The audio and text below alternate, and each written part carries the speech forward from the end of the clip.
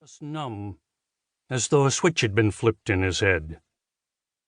"Mr. Harris, are you okay?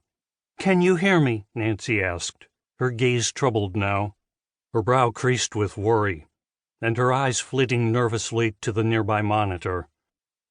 "Stop calling me that," Finn said, his voice quiet and disturbingly steady. "You and I have known each other for years, Nancy." He now understood why her face seemed so familiar, those eyes that were now wide in surprise. Nancy had been his wife's PA for the last 6 years. He'd met her dozens of times. And if she was caring for him personally instead of a nurse... Finn swallowed hard, forcing that thought aside and giving himself over entirely to the calm void that had filled his mind. The gesture was painful. His throat hurt.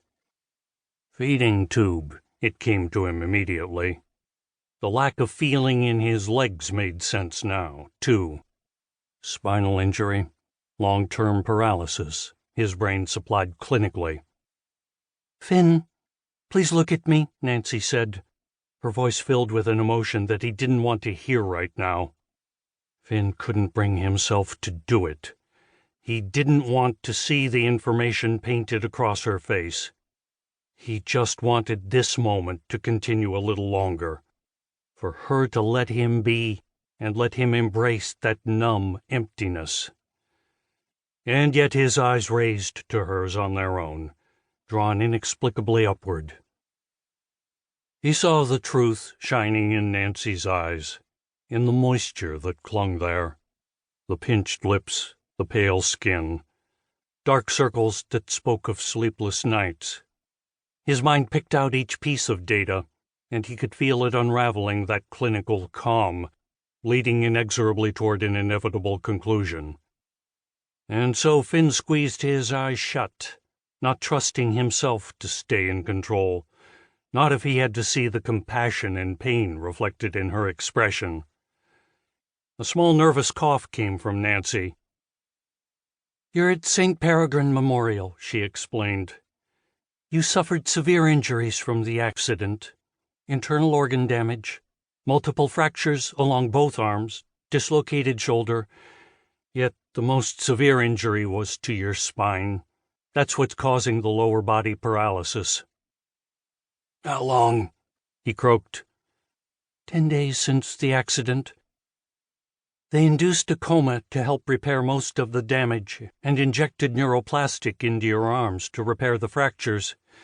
It's set by now, but the adjacent tissue is still damaged. Internal injuries have also stabilized. It's your spine that's the problem. We had to wake you to ask what you want to—" "My kids," Finn interjected, cutting her off. "With your sister. She picked them up the night of the accident," Nancy said softly. A brief hesitation, and then, "Finn, you need to pick a treatment, and then we have to put you back under. If we wait, the damage to your spine may become permanent." He just shook his head. That didn't matter, not right now. There was still one question he hadn't asked yet. "Rachael?" His voice cracked, and that numb void shuddered. It felt fragile, tenuous. His eyes shot open. He saw Nancy, the pain etched across her face, the tremble in her hands. "Dr. Harris, Rachael didn't make it," she said, unable to meet his gaze.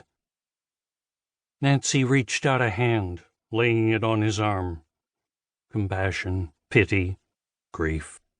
His mind listed the emotions in a strange, detached way, as though he were reciting a recipe. It didn't feel real. It couldn't be real. He pulled his arm away.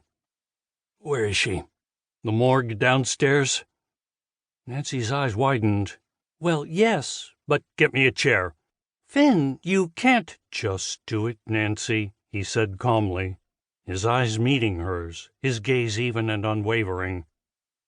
"It's either that or I crawl. Or you sedate me, but then you aren't getting your answer.